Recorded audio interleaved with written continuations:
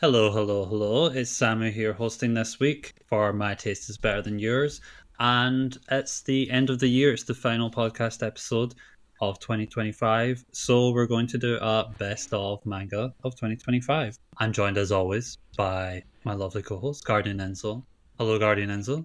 Hello, Samu. We did this last time, and yeah, it was a very fun thing to just run through all these different categories of what we think was the best of the year. And yeah, feel free to check out the 2024 episode we did on this. One thing I should note, we did make a rule we're not going to repeat any picks that we had last time, even though I think probably fair to say that we could have, especially for these ongoing titles. But yes, we're going to run through all these different categories for series that are ongoing, that we're keeping up with, or even ones that we discovered this year. So since this is the year 2025, which everything is being judged by. So even if it's a long ongoing series, we're only going to consider the chapters published this year. So first category is the best new manga. I have two options that I was trying to narrow down. Funnily enough, they're sibling series in Monthly Afternoon. They both started in the same issue this year, and that is Dig It by Yoshimaru and Manga Lover by Ko Fumimura. If I had to choose one, I would probably pick Dig It, which fulfills a volleyball-shaped hole in my heart. I think it's it's a really fantastic volleyball series about a libero who wants to go against his father, who's in the national team, who was in the national team rather, and he was an attacker, and that has been what he was expected to become, and he just wasn't able to live up to expectations. So he's digging his own path by being the libero and going against his father, this idea of nepotism and inherited talent versus what he's putting into it and what is working for him. Yeah, it has great characters. The second chapter in particular is one where it introduces everyone, and I was getting major haiku flashbacks there in terms of, okay, these individual characters, I can so imagine all the crossovers we're going to get with them. Yeah, I loved it. Whereas Manga Lover, I'll shout out as well, is about an editor for a magazine, and he finds this homeless girl who wants to be a mangaka. She has no means to work on her craft, and she's definitely struggling where she is at financially, and she's not even really honed her artistic talent to a high level yet, but he sees the potential in her. So it's this idea of an editor who sees manga more as financial gain and notoriety, and how you make it in the industry, versus this creator who just wants to create stories. And there's a nice conflict there, I think, between the industry of manga and the passion for creating manga. So yeah, both afternoon series, which I think makes sense because it's a great magazine. Mm. Yeah, I haven't read either of those. I had read another volleyball manga that kind of filled. I know it's not as big a Haikyuu fan as you. I don't know if you ever read it, but there was a series called The Spring of Little Me, which I quite liked, which was a volleyball manga, but it only ran unfortunately for about a year or so. Now, in contrast, my pick in this category is one I know you have read, and that's Someone Hurts. How boring to pick a weekly Shonen Jump title as the best new manga, but honestly, thinking back to everything I read, there were a lot of titles I thought, oh, I'll pick that, and oh, it's 24. Oh, that one, oh, it's 24. Well, Someone Hurts is definitely 25. I'm the target audience for this manga in every sense except not being Japanese and thus not getting some of the cultural references, but in every other respect, temperamentally, I am the target audience for this manga. It's immediately struck a chord with me. I really, really like it. Fortunately, I have a reflexive defense mechanism of against getting too attached to new Jump series since they tend to get canceled super quickly, especially ones I like, with examples too numerous to mention. But so far, for judging from the table of contents, it looks like Someone Hurts is going over Not the very case here. well. Yeah, so I really like Someone Hurts, and that's my pick. Yeah, it's nice to like grab onto a jump series early on and also feel security and that you don't Yeah. have to let go. So that's ones that started this year. How about ones that ended this year? Enzo, why don't you kick that off as well? I feel like there are a Okay. couple of really big titles that have been Yeah. wrapping up. I know we're only supposed to pick one, but there's two series which I consider to be such representative pillars of their respective demographics and genres that I have to say both. And that's Akatsuki no Yona and Vinland Saga, both of which I think are true masterpieces, truly great series, really, really wonderful. Both finished this year. I think of the two, I have more confidence that Vinland Saga will get a conclusion in anime form than I do with Akatsuki no Yona, which has really seen nothing since the OVAs like 9 years ago or something. But the manga never stopped selling like hotcakes, and I have a faint hope that now that the manga has finally ended, that they might decide to adapt the rest of it in anime form. Vinland Saga, I feel pretty confident because the anime team behind that is just so loyal to it and they love it so much that I just have the feeling. And they even hinted at the end of season 2 that more was coming. So I suspect we'll see that concluded in anime form. Love those two series. Those are my two picks. Yeah, those are like two big titans that finally come to a close. Though I'm afraid to say I'm not caught up on either of them, so that wasn't my pick. This time I've gone with Kiyo in Kyoto from the Michael House by Aiko Koyama. Yeah, this did get an anime adaptation a couple of years ago, and also got a live action uh, TV series by one of my favorite Japanese directors as well. I Me think, too. Kora Ada, yeah. yeah, he's great. I love his stuff. I've kind of surprised myself that this is the one I landed on in the end because for so long in the past few years when I was keeping up with this, it kind of was just like existing in the like space that it takes up as this very cute, very fluffy slice of life about these Michaels in Kyoto, and uh, I would say it ended probably as strong as it ever could have. I think it really got to some substantial points in the character arcs. There are some people I think maybe who are disappointed in the final pairings, maybe, but I think to think otherwise would have been just like dreaming, and that's just shipping gone crazy Hmm. compared to what the actual series is clearly presenting. Yeah, I think the three main characters came together in a really nice way. There was a lot of closure and some like just really beautiful imagery of Kyoto, especially in the end, to wrap up the whole experience of um, their like teenage years Mm-hmm. in that very lovely city that you call Yeah, home. in which I live. I have thoughts. Not your I favorite. I I mean I love Kora Ada too, actually. He's a wonderful director. I watched the anime. I've read a lot of the manga. It's extremely valuable to me when I'm having trouble falling asleep.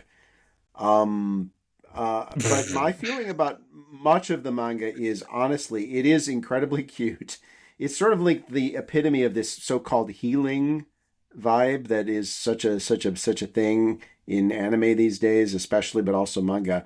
I just would get to these points and I would say I would give $100 right now for any conflict at all, please.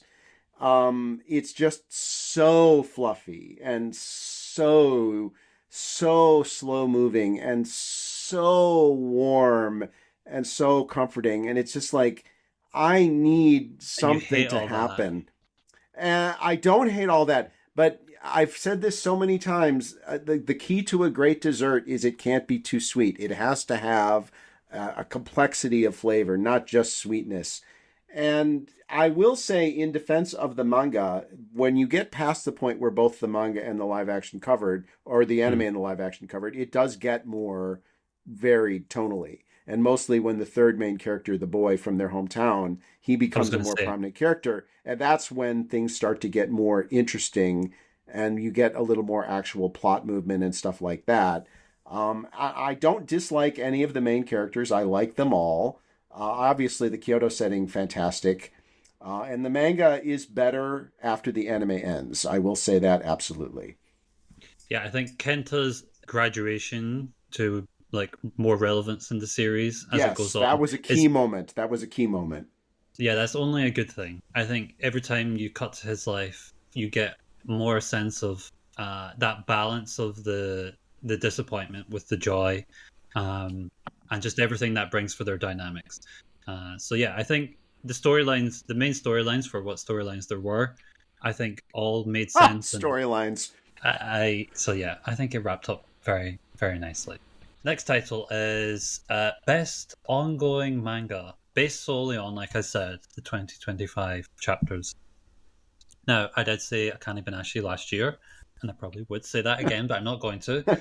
So I'm going to jump to the next best jump title, which is One Piece by Ichiro Oda, which has been in the Elbaf arc for the entirety of 2025. What a bold pick. If I'm going to say what I think has been doing the best, All I'm right. going to be Okay. honest. Okay. Elbaf has Okay. been an interesting one, though. I didn't love it from the beginning, but it's been much better for those who do read it. Thankfully, because of the flashbacks that it's been focusing on, and it really does feel like Oda is setting up. This is the final saga, of course. It feels like Oda is setting up the final of the final, which will probably come in years time. But we're not introducing things anymore. We're just like resolving things that have been introduced. So many big characters from across the series are overlapping in a way, which is just incredibly cool to read every week. So, I'm happy yeah, for that's you. my very bold pick for Okay. best ongoing manga. So, what's yours, Enzo? What's your niche little Well, pick? I will say with One Piece, it's kind of interesting that we've finally seen, I think, a little bit of softening in the sales numbers, which are still, don't get me wrong, monstrous. But by One Piece standards, it has, it has declined a little bit, which I don't think I remember seeing for any time in my memory. Yeah. Like you, I would have picked the same series as I did last year, which is Bokuyaba, since I can't, thanks to you, which I think actually is Aha. probably good. It's a good rule, to be fair. I'm picking Magus of the Library by Izumi Mitsu, which is just I think, an exemplary series whose core message of diversity and inclusiveness and tolerance could never be more relevant than it is in modern Japan right now, with the way the political landscape has shifted here. So, a great series, even if it was not subversive, but is more subversive now than it has ever been during the course of its run, and not through any changes it's made, but because society, the sands have shifted on which it stands. A wonderful series artistically, but also wonderful that it exists. I feel like that is one when I do eventually check it out, it's going to appeal heavily to my I sure think so. and Yeah. sensibilities. Yeah, I see a lot of people latching onto it for the reasons you said. Feels like it has a real backbone and like thing it's trying to say, while also being just a really Absolutely. Absolutely. Uh, nice, nice. cool beans. Cool And I should beans. add, yes, One Piece is decreasing in sales. The latest volume, who knows if it'll get to 1 million in a month, which is kind of crazy to think about. But even with that being the case, it is going to be number one in the Oricon for Yeah. 2025, which it hasn't done in quite a few years. So maybe that's just an indication of where the industry is at large Yes. as well. Yes. It's not 2020 anymore, where I saw that the 10th best selling title of that year, which was Attack on Titan, sold more than One Piece did this year in 2025. So We live in a less kaiju heavy manga environment than we did 5 years ago. next category, Enzo, why don't you take away with what you discovered or started reading in 2025 that stands out to you? Okay. I'm again going to cheat and give a runner up, which I discovered during our Manga Tai Show episode, which is Arisu Doko Maremo Alice to the Stars by Urino Kiko.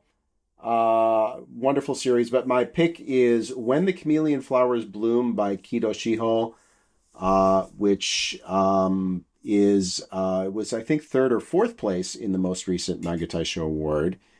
And it's Japanese title Dokudami. It's another doku, Dokudami no Hana Sakukoro. It's a story about, it's a seinen about a couple of fifth graders, one of whom is clearly autistic, although, as is the case with manga, we don't use that word typically, but he is. But he's also extremely gifted artistically, which is not unusual for the record.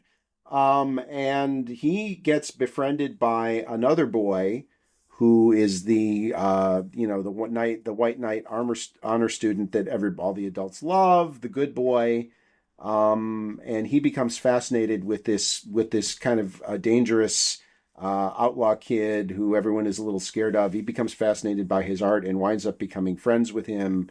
And we learn more about him as the series goes on, and we learn that he's not quite as quote unquote normal and perfect as he is perceived to be by many people. And it's also very interesting to see the way his friendship with the other boy affects the way people view him. And again, bearing in mind these are 10 and 11-year-olds we're talking about, but also adults too. So that's my pick, When the Chameleon Flowers Bloom by Kito Shiho. Yeah, it's a good rule to take from the Manga Taisho winner and nominees. I think that is where the good series are probably going to be. So, Yeah. my pick for what I discovered this year was My Oh My Atami-kun, which does have an English release. So that's how I discovered that one.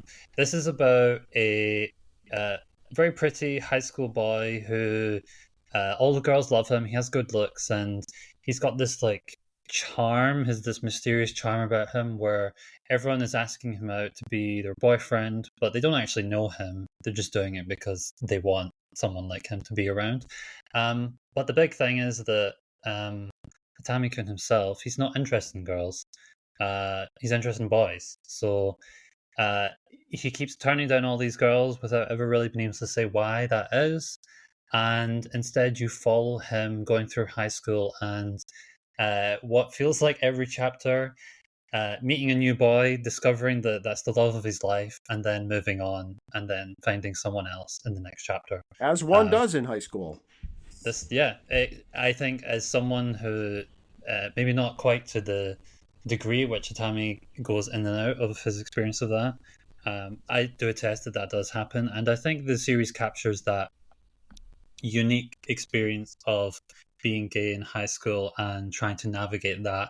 And he makes some good friends of the people that he figures out are not compatible or are not going to share that affection that he has for them. So, it's just very heartwarming, very nice, and also just very funny.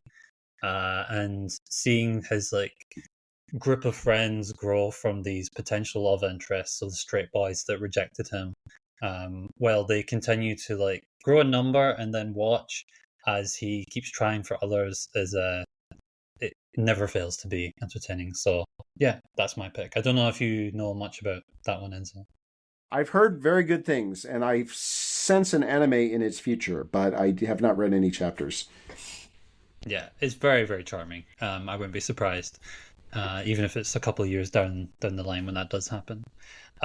So the next one we're going to do is best one shot. Enzo, I don't believe you have any for this, so I'll just take this I don't. away. I don't think I've read any one shots this year. I'm sorry. I'm sorry, listeners. Oh well, so I have read a few, mainly through Weekly Shonen Jump. This year we did have the Jump Future Project 2025. None of my picks are actually from there, though we do have the author who did have one of those one shots now published in Jump in the Major Next Door. So that did manifest into something, I suppose you could say that. And for anyone who listens to that episode, I did have very positive first impressions of that, which Enzo bemoaned. And if I'm going to go into one if I'm going to go into one shots that did, I think, stand out to me, I would go to the classic guy who is really good with his one shots and his short serializations. It's Taizan 5. People should be paying attention to him. And he does what he does really well, and when he confines himself to a shorter run, which is why his one shots I think are often quite good. Not quite as like emotionally disturbing or draining as he can be sometimes with his series. That was actually quite on the light and positive side, even if it did go, it hit some of the marks that you expect of him, but it never went too over the top. It was quite affirming, I think, by the end.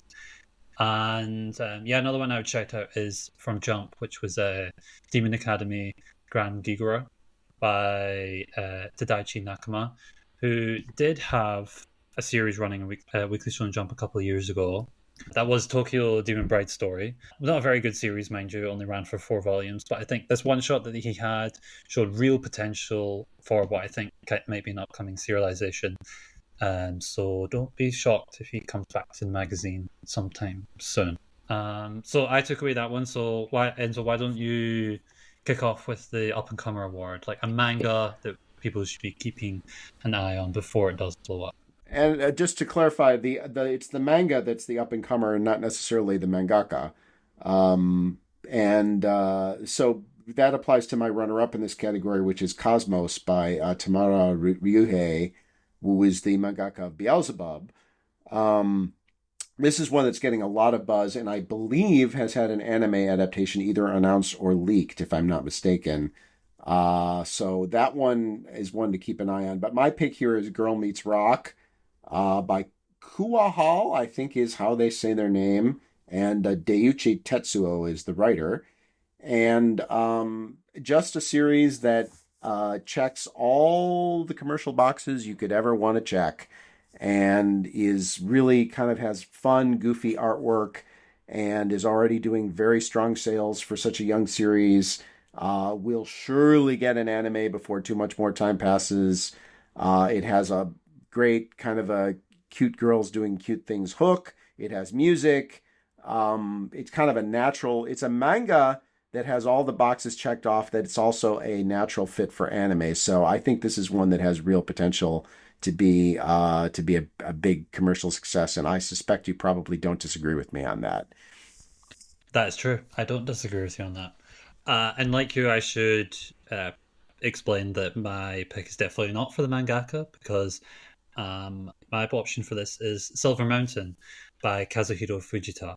And this is definitely not a newcomer mangaka. He has been around for a little while, and he's got plenty of hits behind him. So things like Ushio and Tora, Karakuri Circus, Akatsuki no Uta.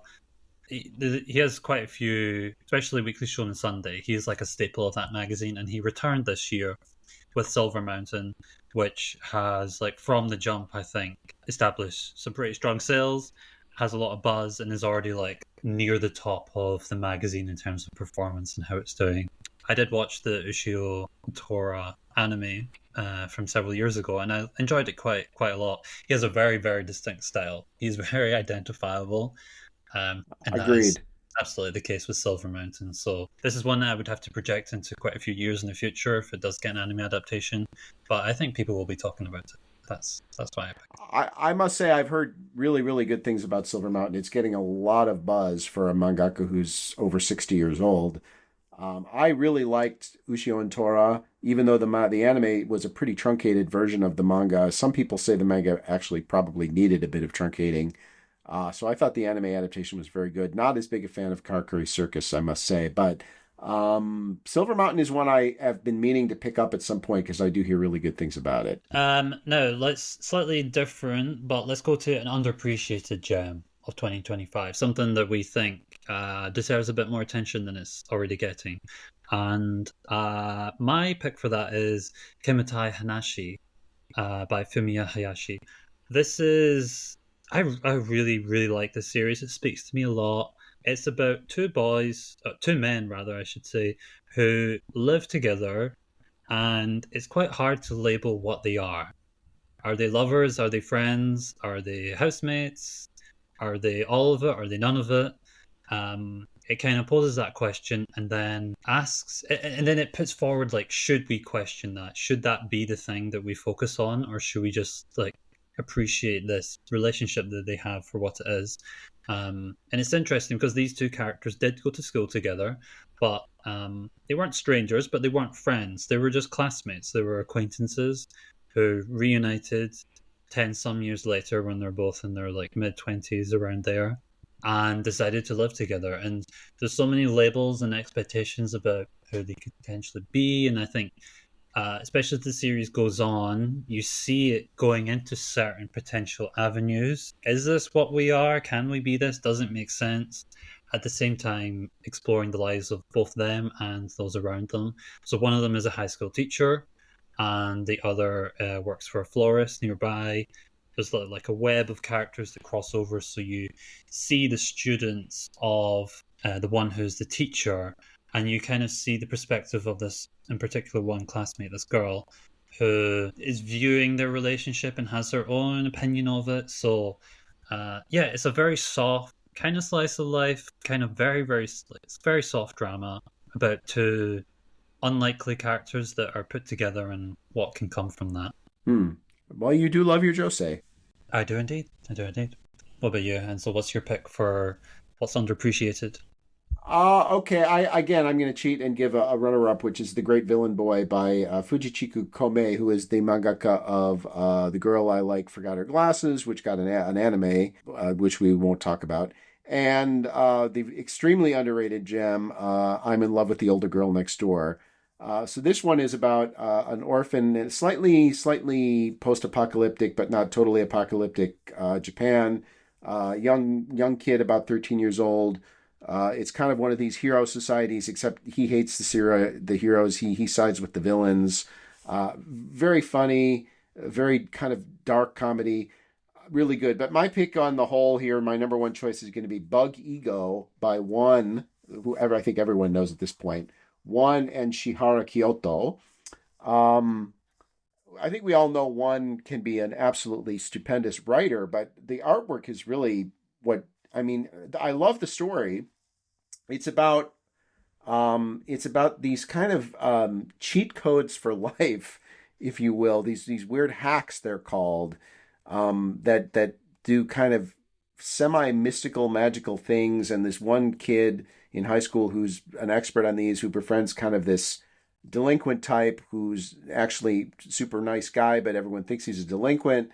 And the artwork in this is really striking and really beautiful. It's somewhat irregularly published, which is the only drawback to it. It seems to get about 8 or 9 chapters a year, but I really like it. Bug Ego. It definitely an underrated title. Which you wouldn't think a story by One would be underappreciated, but I think it is. That feels like one. One. That feels like a series that will, when it gets discovered, probably will have more of a reputation behind it. I think people genuinely I just hope. don't know the series exists. I agree. I agree. And I think part of that is because, again, the release schedule has been really irregular. Yeah. It does come out on Viz and Manga Plus as well, so it's fully available on official release. So Enzo, how about a newcomer mangaka to look out for? Who would you shout out? Well, when we talk about this category, I asked you the question: does it have to be a mangaka who premiered in 2025? Because that would really limit the scope of who we could pick. And I think you said that it would be okay if we extended it beyond that. So I Hmm. picked Ohashi Hirai of Days of Diamond. That's, if you will, that's a writer's series. That's it's a series that really reflects the mangaka as a writer. And I think that's a series that, while I generally do love it, I just think it's also one that's incredibly interesting in terms of its intellectual approach to its subject. It really is a series that has an interesting, unusual, deconstructive perspective of the topic it covers, which is youth sports and sort of the burdens of being really talented. I think it attacks this from an angle which we talked about this series. We did an episode on it, and the only thing it really reminded me of is Searching for Bobby Fischer, which is not a manga or an anime, but in fact a movie, a live action English speaking movie from 25 or 30 years ago. But in manga terms, it's a very unusual and very unique perspective, and I think something of a deconstruction of the conventional sports manga.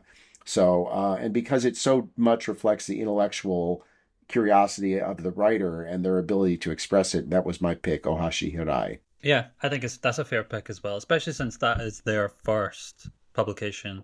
Yes, I mean, it's yes. been running for 2 years now, roughly. So, yeah, but as a first showing, can't ask for much better in terms of the quality of Yeah, the it's content coming great. in.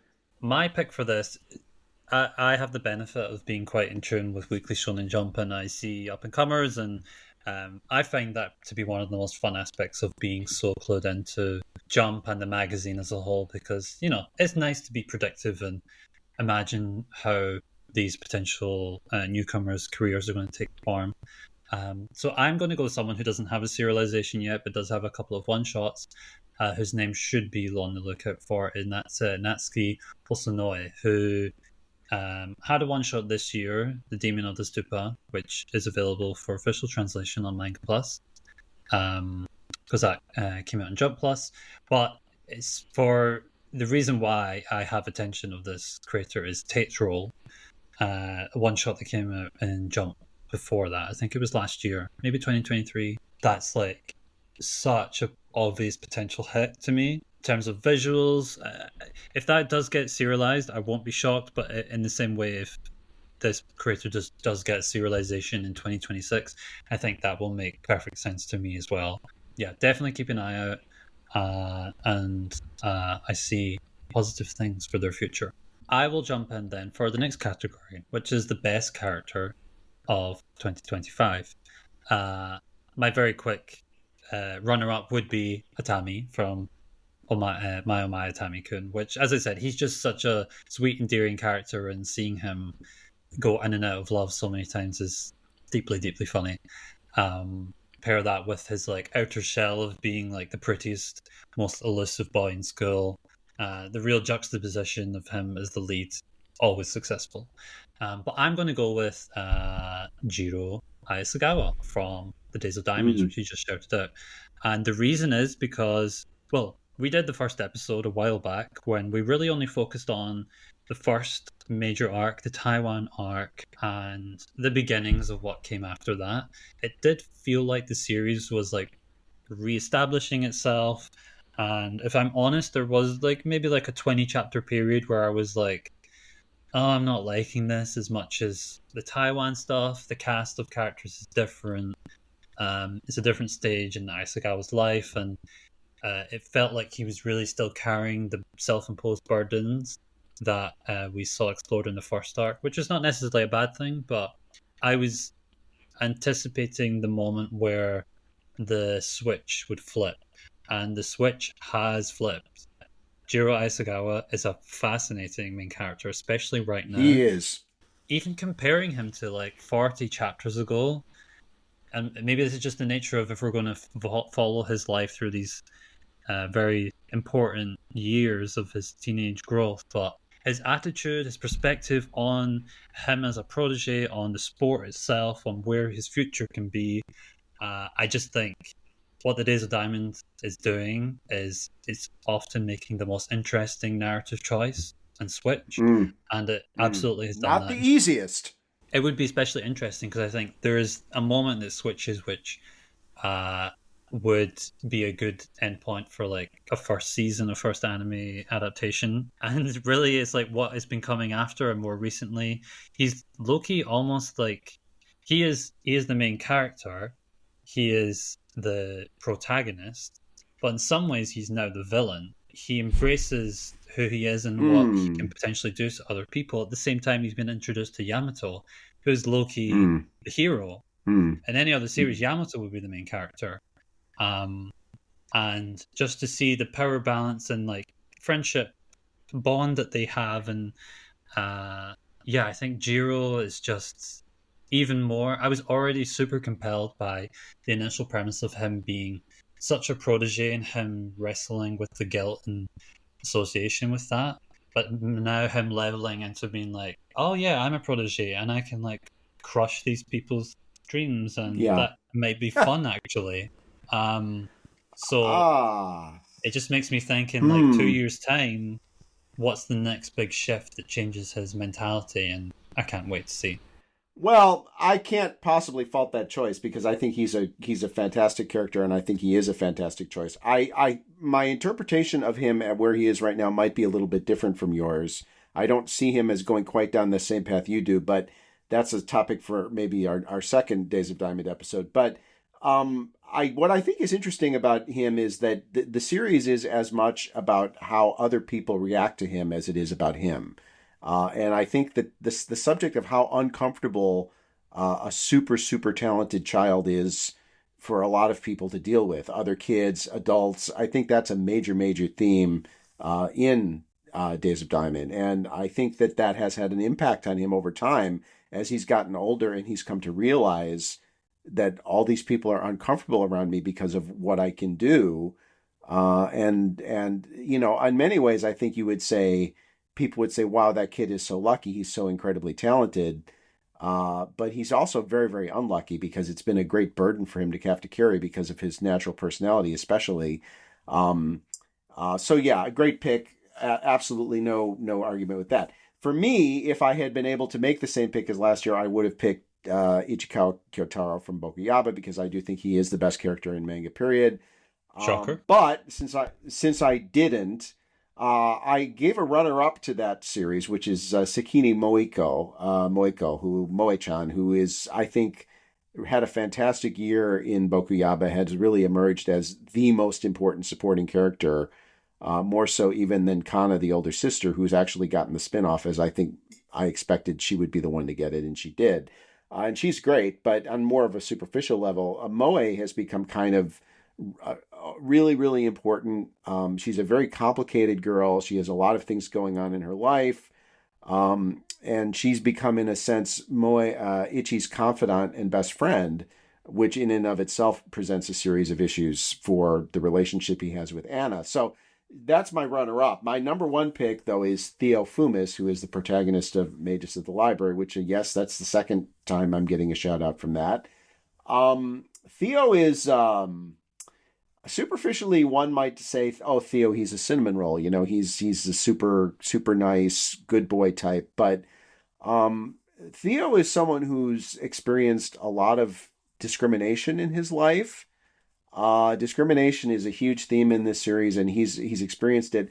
And what I think it makes Theo such a great character, well, there's two things I think make him a phenomenal character. One is you really get to see how he evolves and changes and grows over time, which I think is an absolutely vital component of someone being a great character. And two, I think what makes him exceptional as a person is the way he deals with the adversities he faces in his life. And so I think in those two senses, one could almost compare him to someone like Himura Kenshin, who I think has probably the greatest character arc in anime manga. And I'm not saying he's similar to Kenshin in a literal sense, but he does have both of those qualities that I think Kenshin has, that are important reasons why he is such a great character. So that is my pick, Theo Fumis from Magus of the Library. Enzo, why don't you do the next category as well? What's been the best artwork of the year in terms of chapters released? Yeah, well, the best artwork of the year has been, as it is every year, Otome Yome Gatari by Marikaru, but we're not going to pick the same series again. So I thought about Bug Ego here because it does have incredible art. I'm going with Jibako Shonen Hanako-kun by Aida. Aida is half of the pair. They go by one name, but she's the artist half of the pair. Um, I just think Hanako-kun has, and I will say the anime, to its credit, has done a really, really admirable job of capturing the particular magic of the art style, which has definitely has something of like Alice in Wonderland, Lewis Carroll quality to it. It kind of seen through a Shinto lens. It's really beautiful. I mean, it's beautiful, and there's just in the sense of being beautiful, like a painting on a wall, beautiful, but also just incredibly sometimes surrealistic, sometimes almost like hallucinogenic. You could even say, but then also it has a great sense of whimsy to it. It's a great manga and a great anime. It's beautifully written, great characters, great story. But in this category, I'm going to give it the shout out for the best artwork of the year. I think that's a totally worthy pick from my perspective. Yeah, it has a very distinctive like aesthetic to it as well. I really love the thick lines. I think it really sticks out on the page. Um, I need to catch up with the series. I've actually only read because there's like a sort of like one shot like volume zero version of the series. That's the one that I've read. Yes. Um, Holy cow! Really? yeah, I read that, and then I was like, okay, I'm going to start chapter one now, and then I was like, oh, I'm kind of just repeating what I'm doing, and then it kind of drifted off from my memory. But like, I really enjoyed that volume zero, which is like probably like I think it's like an alternative take on what eventually becomes the series. Hmm. But totally agree. Visually stands out, and I love the aesthetic. My pick for this, which I'm going to give you a groan, it's the only time I'm mentioning it, is Akane Banashi, the artwork by Takamasa Moe. Now, this isn't just because I love the series and I'm super biased and it's my favorite, but I think it has had its most impressive showing in terms of artwork this year. I think the nature that you have the time skip, there's been a conscious direction, I think, on like the redesign of some characters. I think Akane herself is drawn quite differently. She seems much more mature in her visual presentation this year than what we got before. And I think in some of the Rakugo performances that we saw, I think it's just been the highlight of the series. Frankly, I think um, it's always fun being transported into those Rakugo worlds that Akane goes into or we see from other characters in their specific approach. There's lots of really, really nice double spreads that we saw from like the main trio of the series very recently. I do think Akane's recent performance is the best in the entire series. I think both in terms of presentation and how it just comes across to the reader. I think the choice for it to be quite clean, straightforward, but then also have these moments where she has complete command of the stage. There's a lot of white space. There's like a painterly quality to it when she has like the world in her hands, the stage in her hands. They're just so. When we were at that stretch of the series of her performance, we would get a couple double spreads each chapter, and I would just blink at them admiringly, being like, "Oh, this is so good." I'm as immersed by the story as the characters within the story are meant to be. So the stars are all aligning in such a way that I have to yet again say that I love this series. I think there's a high upper ceiling in how the presentation can be handled in this anime adaptation as well.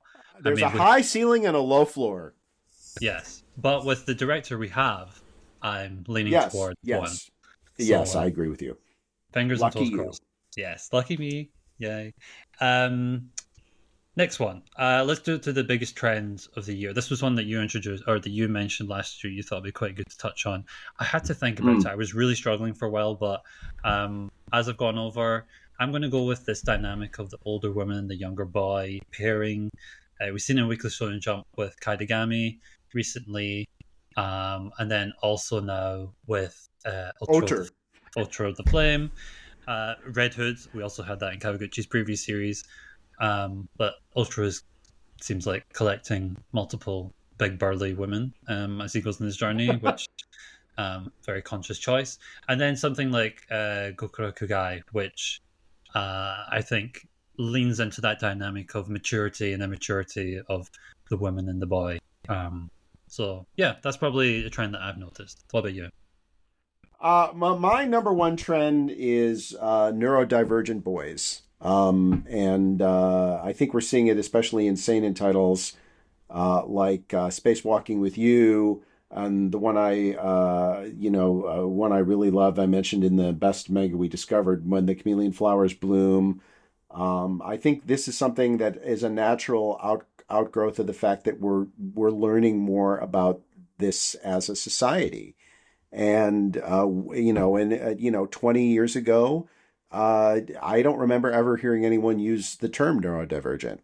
And now it's just something we accept. Maybe it may be certain hardcore idiots who don't accept medical science don't accept it, but generally speaking, we accept it as it is something that exists. It's a factual thing. And it's not something to be scorned at. It's not something to be dismissed. It's something to be explored as part of the human condition, and the fascinating people we meet, and incredibly talented and incredibly often, incredibly eloquent people who represent this. As a teacher, I work with a lot of neurodivergent kids. They are overwhelmingly male. I don't know why that is, whether there's something genetic behind that or not, but it is an interesting topic, and I do think that the fact that it is becoming a bigger part of the manga landscape is partly because I think it's just something we're recognizing more as a society. And because this was my category originally, I'm going to throw in a couple of runner-ups here. One of which is Familiars. either sprites or spirits or witches familiars, little familiars. And I think in Jump especially, we've seen something that broadly fit the category like Kaitagami, Ultra of the Flame, the two newbies going around Egg, and Mage Next Door sort of fit it. It just seems like we're getting so many of these little familiar characters like everywhere you look. And then the other one I was going to throw out there is alt isekai, which I kind of is a broad term I come up with for as isekai, as manga has finally succumbed to the isekai wave. I think you see a certain kind of a subgenre of manga trying to adapt to this and say, well, we can do this in a smarter, more intellectual way than light novels do it, and we're going to take an interesting kind of a edgy blah blah blah take on it. And I would argue with extremely mixed results, but I do think it is a trend, so I'm going to mention it. Yeah, it's sort of like a similar approach to that flavor of Magical Girls when they made it dark. People were like, "Oh, Yeah, but I'm gonna come," exactly. and then every time it comes out, I'm like, "Okay, this is like the 10th, 20th, 30th series doing that approach," and so yeah, eventually the alt will become the pure version of it The again. mainstream. Yep, exactly, exactly. Yeah, I think the neurodivergent boys is a good shout out as well. I mean, Spacewalking with You, we touched on in the previous episode, and you also mentioned When the Chameleon Flowers Bloom, which I do want to check out from what you said. I know you heap a lot of praise on that one. And as someone who does fall in that umbrella, I think, yeah, it's a really Well, curious thing to be explored. Yeah. and let me just say with Chameleon Flowers, I fall under the umbrella too because one of the characters is OCD. And so the Mm. two characters, one of them is autistic and one of them is OCD. And I'm OCD. So, I mean, it definitely, there is some disagreement in the medical community about whether to officially classify OCD as neurodivergent or not. But whatever you call it, it's definitely something that dramatically impacts your life. And one of the characters, as I said, is OCD in that series. So, I think it has something for a lot of people really to attach itself to. Yeah, for sure. Interesting. It's giving my taste is better than yours dynamic then. Yes, indeed. Well, you did raise an interesting point about how it's much more identifiable, or it seems like it's the thing about boys. From what I understand as well, there's always been this talk, or more recently, there's been talk of how girls, it's harder to identify and also um, Mm, diagnose, but it's still there that's because true.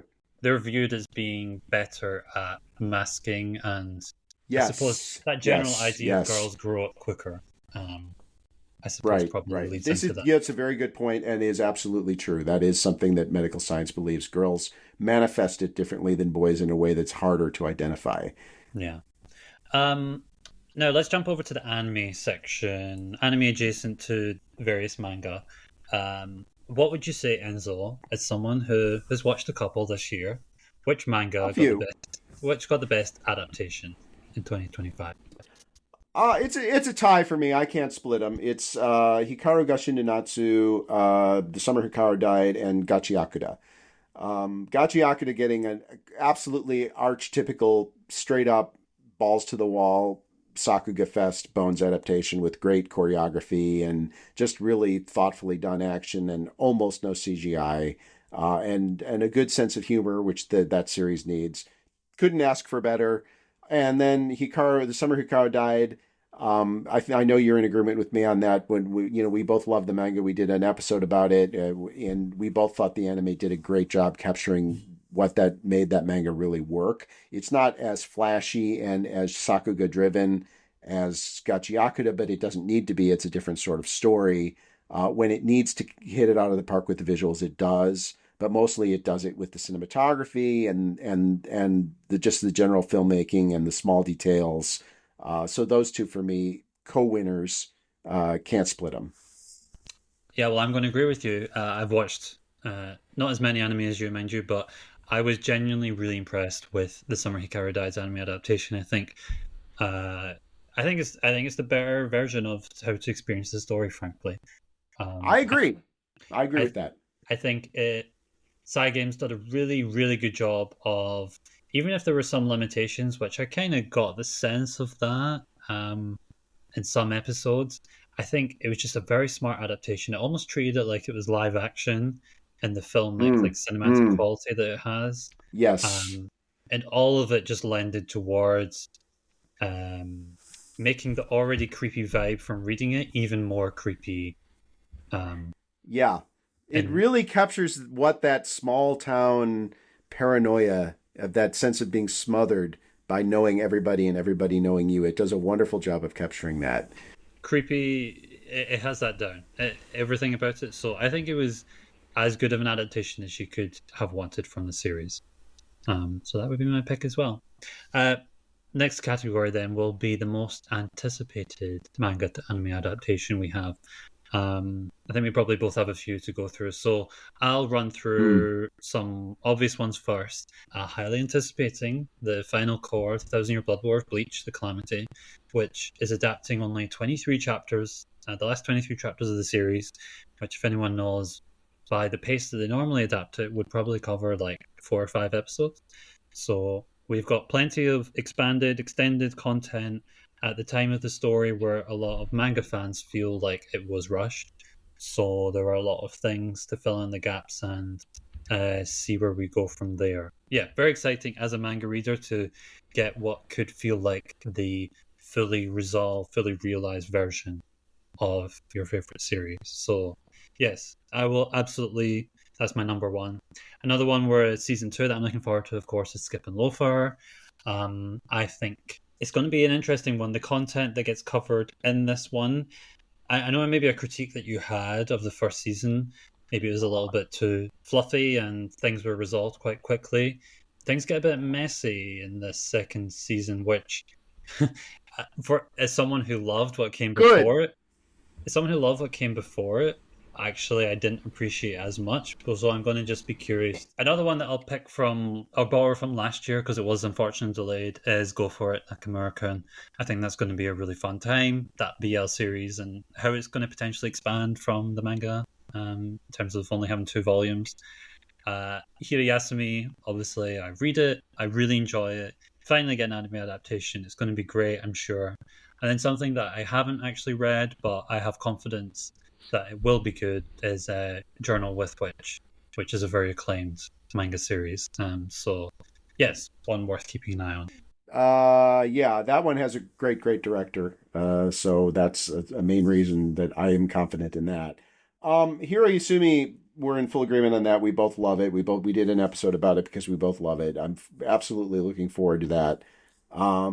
That's that, and the next one on my list is Demons of the Shadow Realm, Yomi no Sugai, Bones.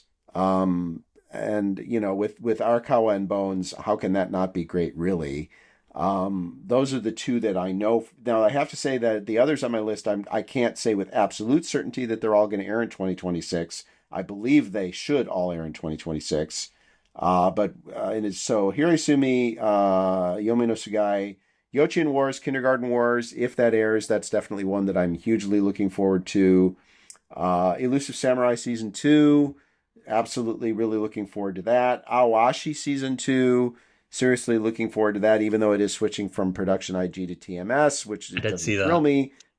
Not that TMS is awful, but sports anime production IG, that's we know the history there. And then lastly, Dungeon Meshi Season 2. So if any of those last three air in last four actually air in 2026, they're all ones I'm highly anticipating. And then in that case, what about series that you predict are good, safe options for getting anime announcements next year? Even if they don't come Itchy, out. Itchy. I would be shocked if Itchy doesn't get an announcement in 2026. In fact, there are rumors that it's already in pre-production, although that's unconfirmed. Phantom Busters is the other one that I feel very confident is going to get an anime announcement in 2026. I know there's some concerns that we've talked about this that you might have with not having enough content yet, but Hmm. I think it has enough. I think it'll have enough content that it will get an announcement in 26. Yeah, maybe the classic Jump Square One Core We'll adaptation. see. And then my pick would be also very safe, Kagurabachi. Um, just very obvious, and it's going to be a big deal when it does come out. And like I've said, Summer Hikaru Died was done by Cygames, and this is rumored to be done by Cygames. Hmm. Rumored in the sense that it was officially published that it will be, but not by Weekly Shonen Jump Yeah. themselves. Yeah, very different from what they've done before, but I have confidence that they clearly, if they are attached to it, they know it's going to be a big potential hit, and I imagine they will Yeah. treat it as such with an adaptation like that. Yeah, I was kind of nervous when they were announced for Hikaru, because their earlier work had not done much for me. But then when Apocalypse Hotel came out, even though there were some directions the series took narratively that I had trouble with, in terms of the production itself, it was beautifully done. It was just a really, really interesting visually and Hmm. just a very, very stylish and inventive production. So I was like, okay, I feel much better about Hikaru now. And then Hikaru turned out to be great. So yeah, as if you're a fan of Kagurabachi, I think you can feel good about that, if that indeed is the case. It'll be very interesting to see Ichi who gets that. Traditionally, when Jump Shueisha is really, really behind a series, it's Bones or IG or somebody in that vein. So you would kind of expect Ichi to be a prime candidate to go to one of those big time studios. I'm gonna make a out of the blue prediction for Ichi, and say Madhouse gets it. Oh But wow. yeah, Madhouse doesn't do that many shows these days, but they do still get some big time titles, like Freyren and such. So I am gonna predict Ichi goes to Madhouse, and I certainly won't be complaining if it does. See, Ichi's a funny one because if Ichi was a series that came out 10, 15 years ago, I can Brain see. space. No, do you know what I was going to say? I was going to say something like Studio Pierrot because I think this Oh, this is okay. an anime adaptation that I feel like would get like a long, ongoing with filler arcs sort of deal. Okay, okay. Something even like what Black Clover got semi recently with Or Studio Fairy Tale. Pierrot. Yeah, yeah. Do I think it's going to get that? Probably not. I don't know. Maybe like TMS or something. But then I think they would want something great. But at the same time, look what we got with Sakamoto Days. You would think that would have happened, but Or Leading Films would be another possibility, who do a lot of series and have generally upped their game to the extent that they're solidly upper middle of the pack now. So mm, that would be another possibility. yeah. Or even Mappa. Final category then is the manga that we want our counterpart to read. Now, mine is an easy one because you're already reading it, but it's such a long series Yeah. that I have to give it to you in bite-sized chunks. The next one, which will be a big bite, and that's Bleach, because I just want you to get the full experience of it. It would be I'm looking forward to continuing to discuss the series with you. And depending on when Core 4 comes out, I do kind of love the concept of Enzo covering like the final season of Bleach. That would just be an interesting thing to happen, and probably not something that long-time LIA readers would expect would ever happen either. No, no, fair enough. Um, Yeah, I kind of a low hanging fruit for you to pick that, but obviously, yeah, that will come in time. It is such a long series, though, that the time commitment is really, when we've done two or three Bleach episodes now, along with Rurouni Kenshin. hmm, And I like Bleach. I like it. I've come to like it. I'm not in love with it in the way you are, much like you're not in love with Kenshin the way I am. But I sure. certainly have no problem with reading it. It's only a question for me of time, really. Yeah. But we'll make time because we're going to do more episodes about it. So, Yeah, I appreciate that um, you can see in it why it is the series that it is, which is just that in itself is yeah. nice to talk about. Well, it's not nice for me now that I can see all of the series that it so strongly influenced. Whenever I see a Bleachy series now, I'm like, oh, this is very There are a Bleachy. lot of Bleach There are a influences in lot anime and of manga. them. There are a lot of them. Absolutely, there are a lot of them, Yeah, including The Mage Next Door.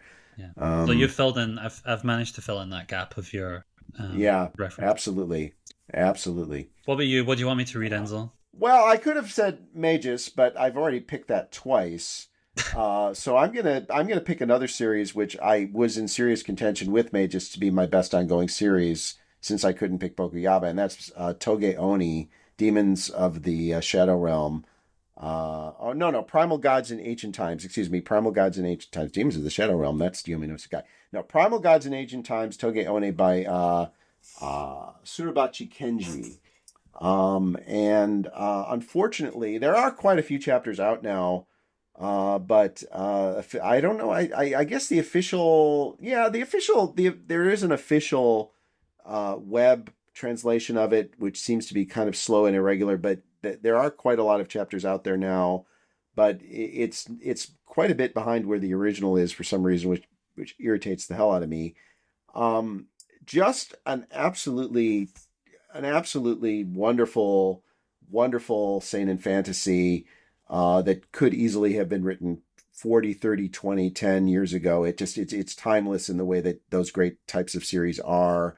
Super smart, very funny, beautifully drawn. Anytime you have a series that someone like Mizukami Satoshi, and you know how I feel about him, who says when I read that series, I'm just insanely jealous.